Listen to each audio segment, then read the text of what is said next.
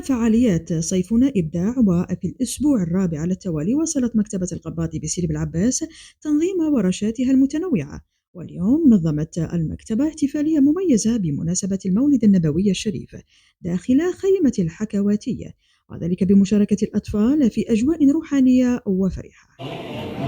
بسم الله الرحمن الرحيم، والصلاة والسلام على أشرف المرسلين سيدنا محمد عليه أفضل الصلاة وأزكى التسليم.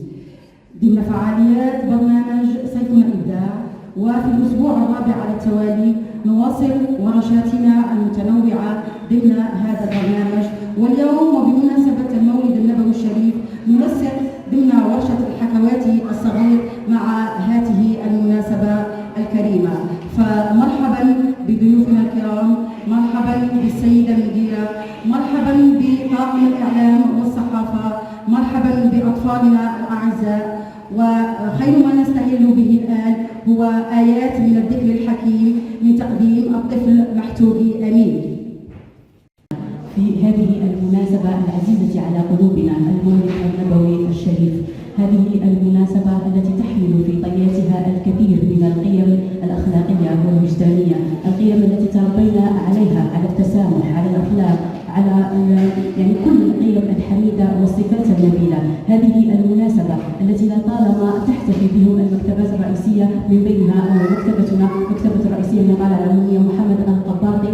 هذه التظاهرات الثقافية والوطنية لنعتز أكثر بهذه المناسبات، لنبرهن ونثبت لأجيالنا الصاعدة أهمية هذه المناسبات الثقافية وغرس حب يعني القيم النبيلة والأخلاق في نفوس أطفالنا من خلال هذه المناسبة العظيمة، من خلال هذه المناسبة العظيمة والمتواضعة في نفس الوقت.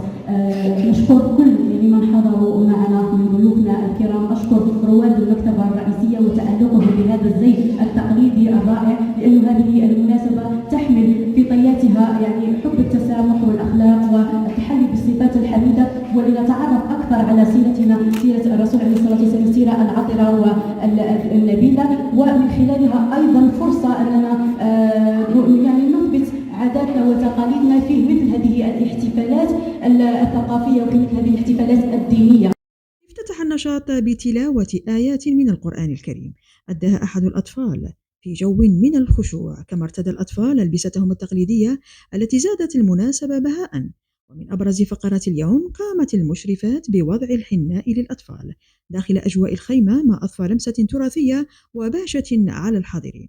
وقد ساد الاحتفال جو عائلي بسيط يهدف إلى إحياء المناسبة وغرس قيمها في نفوس النشء. في هذه المناسبة العزيزة على كل مسلم، وهي مولد النبوي الشريف، والتي تحتفل بها كل الأمة الإسلامية، وبمولد محمد صلى الله عليه وسلم الذي أنار كل الأمة بنور صلى الله عليه وسلم. وأطفالي، عندما نذكر الرسول عليه الصلاة والسلام دائما نقول عليه الصلاة والسلام.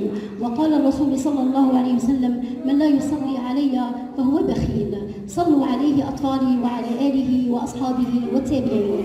وتؤكد مكتبة القباطي من خلال برنامج صيفنا إبداع حرصها على مواصلة تقديم ورشات تربوية وثقافية والاحتفاء بالمناسبات الدينية، بما يعزز ارتباط الأطفال بدينهم وتراثهم.